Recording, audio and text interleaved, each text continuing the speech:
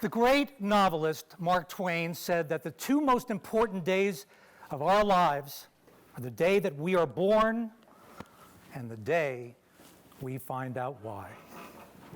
I'd like to add a third day, and that is day one, the day of the Big Bang, 14 billion years ago. When the Big Bang happened, we actually experienced the greatest force in the observable universe. And that force is purpose. Unlike gravity that pushes things, that pulls things down, purpose pushes things out. What an amazing force that is. Now, the Big Bang had two characteristics that were very purposeful. One was it was expansive. It expanded beyond itself. That's what purpose is in our lives, right? When we have a greater purpose, we expand beyond our own self to help others. And the other contribution was the contribution itself. See, the Big Bang, we know it was expansive and it's continually moving out. But what contribution did it make? What purpose did it have? And that purpose, of course, was to make the planets, the stars, all the molecules, all the atoms, and you and me. But purpose, what we learned from the Big Bang, is baked into ourselves. And if we're not purposeful human beings, we're not optimizing ourselves along the lines of excellence. Now, years later, the great philosopher Aristotle would call this purpose, he would call this purpose the whatness of the municipality. In other words, you could not build a place in Greece unless you had a why, unless you had a reason to build it, to make the world a better place. Years later, the great philosopher Nietzsche would talk about this notion of why. He said, if you have a why in your life, you can deal with any what, any where, any who, but you must have a why. Mahatma Gandhi, written purpose, to wipe every tear from every eye. Great leaders have great purposes. John F. Kennedy, 1961, from the pulpit at Rice University, spoke about putting a man on the moon by the end of the decade. Now, why would the President of the United States be talking about putting someone on the moon, let alone NASA couldn't even make coffee, let alone the metals for the capsules? Why would he be doing that when on Earth we were in such big trouble? We were facing a war in Vietnam, our economy was tanking. There was civil rights issues front and center. So why would the President of the United States talk about something so far away? Because it wasn't far away. It was right inside us. He knew that purpose could be the galvanizing concept, the central construct, the essence, if you will. He knew that by saying that we would put somebody out there, that it would galvanize and mobilize the very best of human beings. And that's just what it did. There's a wonderful story where he arrives at NASA some years in, and he goes up to the janitor and he says to the janitor, "What do you do here?" And the janitor said, "Mr. President, I'm helping to put a man on the moon." That's the power of purpose. That's the power of having a why in our lives. Our own Mount Everest. Recognizing that our reason for being is our reason for being here. Now, other leaders out there actually took upon purpose. My favorite businessman, who was one of the first to focus on purpose, people thought he had a Mickey Mouse idea, but he knew better. He knew that purpose would be an animating force in the lives of people. You see, Disney World is not about cartoons. And his cartoons were not about animation. His purpose was about animating anima munda, the soul, the instructive spark of fire. He knew that if we could convince people that there was real magic out there, that we could recognize what was ineffable, what Einstein called a cosmic religious feeling in the universe. There's a wonderful story about Disney where they lay out the 6 phases of Disney World, and the last phase is the Magic Castle, and he says, "Held it. I want that to be phase 1. Why would Walt Disney want the Magic Castle to be phase 1?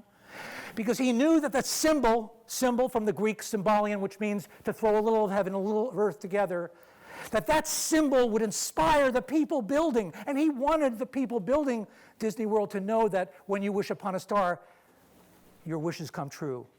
How many of you have wished upon a star? All of you. And we know from science that the star doesn't hear it, but we know from something much greater, that star definitely heard us. That's the power of purpose. That was the power of the animating force. You may call it God. The Jedi called it the Force, fifth largest religion in the country. Some people call it an essence. Some people call it a beacon. Raison d'etre, essence, wherever it is, it's something that's expanding constantly and contributing constantly. Meaning matters. Tell that to prisoner 119104, Viktor Frankl, who from Buchenwald and the Holocaust would take notes about the people who are surviving and the people who are not surviving. Guess what? Those with some greater purpose, be it the one they love or a violin, survived. He wrote a seismic, shifting work, Man's Search for Meaning. I think our founding fathers got it all wrong. This is not about the pursuit of happiness. Happiness cannot be pursued, it can only be ensued. This is about the search for meaning, and I promise you, search for meaning, and you will find your happiness. Meaning matters. Even science today tells us, and this only happened in the last year, that our cells look differently if we have a purpose. There was actually a study done. They looked at 5,000 people. Not surprisingly, only 300 could articulate their purpose. But here's the big shocker. Those 300 had a different cellular profile than the other people. They had a higher amount of antibodies in their cell and a lower amount of inflammatories. So, why are we so, I guess, what went wrong? Why aren't we happy all the time? Why aren't more of us happy? Because we don't have a why. A why in our lives is about the most important treasure we will ever find. But we don't focus on why. Remember, you've probably been de-geniused by the time you're in the 4th grade, and stop asking that wonderful question, why, because all these parents say, it's not, stop with the why, and then we end up learning about how much, and when, and who, and where. But it's the why question. Even in business, we talk about missions and visions and purposes. A mission is what I do every day. It's what I make. A vision is where I'm going financially or geographically. But a purpose is your why. And if you have a why, you won't wake up in the middle of the night with anxiety. You'll get up in the morning with a sense of wonder and astonishment. So how do we get ourselves into this mess? Well, those wheels back there. Those are the wheels of progress. Now, Gallup actually came out with a study recently where they showed that 71% of the people in the American workplace are disengaged. 25% of that 71% is what they call cave dwellers. CAVE is an acronym for consistently against virtually everything. So, oh my God, we have 2/3 of our country who are disengaged, enraged. What to do? What do we do about this? Well, first of all, we have to look at the systemic issue. It started with the Industrial Revolution. It was a great idea. Make lots of money, make lots of machines, extract as much from us and as much from the earth as possible, and make yourself rich. I'm not sure that was the very, very best idea. Exchanging meaning for money is a bad exchange rate. But we kept doing it. For the last 2 centuries, we have been breaking our backs and breaking our hearts in service of using people and loving money instead of loving people and using money. And what's happened, actually, is that this focus on money has become dysphoric, has made us dysphoric, has made our country and made Western civilization focus on the wrong stuff, trying to make as much money as we possibly can, money we don't have, to impress people that most of us don't even like. And yet, the focus is clear. So what has happened in the last 200 years? This is what's happened. Terror. We have an unprecedented amount of terror. We have drawn our swords on behalf of our lords. Our economies are teetering. Our planet is blowing up. In Australia, they have a new color on the weather map. It's purple. If it's purple, it means if you leave your apartment and go out on the sidewalk, you'll be engulfed in flames, basically. This is what's going on. But the biggest problem of all is a crisis in meaning. A crisis in meaning. We have jobs too small for our spirits, and as a result, our imaginations, our meaning, dreaming machines, our imaginations can't work right. We're not exercising them. We're not focused on meaning. Instead, most of us have futile lives. And by the way, of all the burning that you see, burning the planet and burning a hole through your pocket, there's nothing worse than burnout. And burnout doesn't come from working hours. Burnout comes from working a futile minute. A futile minute. So, what are we to do? Let's go back to Aristotle, who said, where your unique talents intersect with the needs of the world, there lies your vocare, your calling, Latin for calling. Not your job, not your career, but your calling. What calls you? And for God's sakes, answer the phone. There are so many people who are called and they don't answer the phone. What are my unique gifts? What are my talents? And how will I mitigate the ills of the world? Aristotle said that was the way to happiness. At the intersection of your gladness and the world's sadness and madness lies your treasure. So who's going to fix this? Well, religion tried, thousands of years. Okay job here and there, a little fundamentalism, a little too much. Governance, The only sector that could save the world is business. And why is that? Because business is now part of every human endeavor. Everyone in this room, everyone watching this tape has something to do with business. So we have a responsibility, a response-ability to do something about the world. So in the spotlight comes business. And the great thing about business is that we have only been focused on the bottom line. We have been shareholder focused instead of stakeholder focused. We've been focused on brands instead of stands. We've been focused on selling what's instead of why. We've been focused on engagement instead of marriage. We've been focused on contracts instead of covenants. We're focused on loyalty instead of love. And we're focused on the next quarter instead of the next quarter century. That's the work that business can do.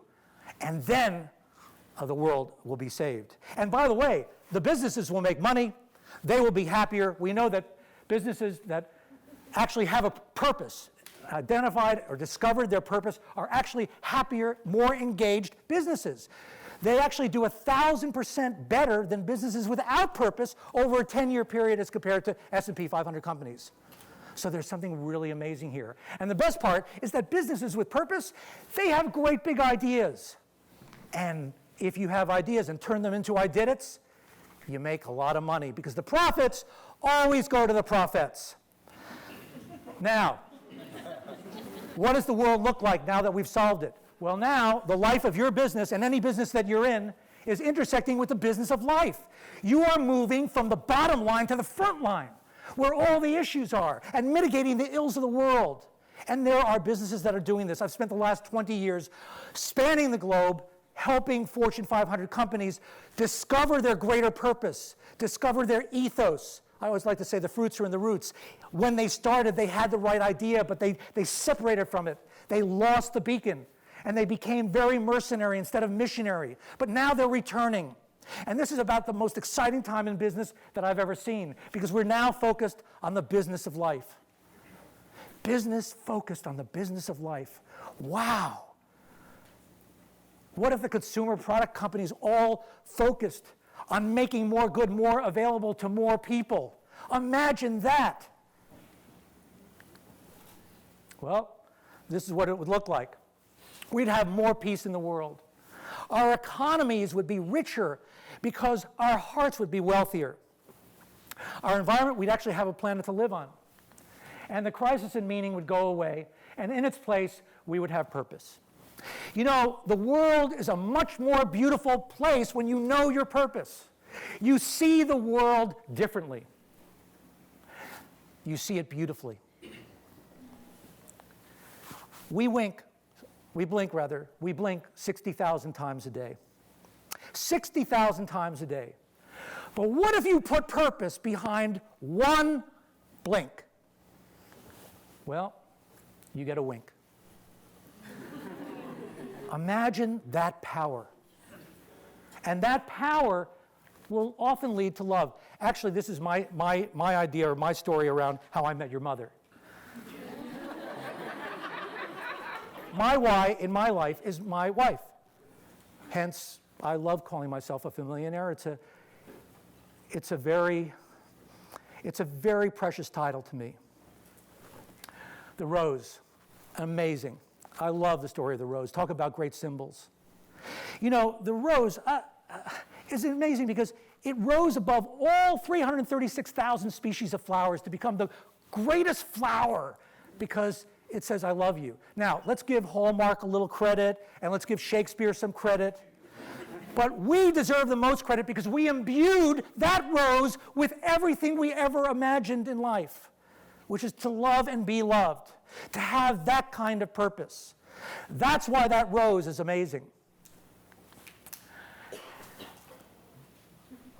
And that's why, if you make the purpose journey, and I would challenge you to do this as quickly as possible, go out there and find your why, find your purpose. The purpose of journey, whether the journey of purpose, whether you're in business or personally, is a journey from your head to your heart. A journey from your head to your heart. It's the toughest journey of all. But when you find what's in your heart, from the French liqueur, courage, and you need courage to find what's in your heart, you will, I promise you, experience the Big Bang for the second time. Thank you, and God bless.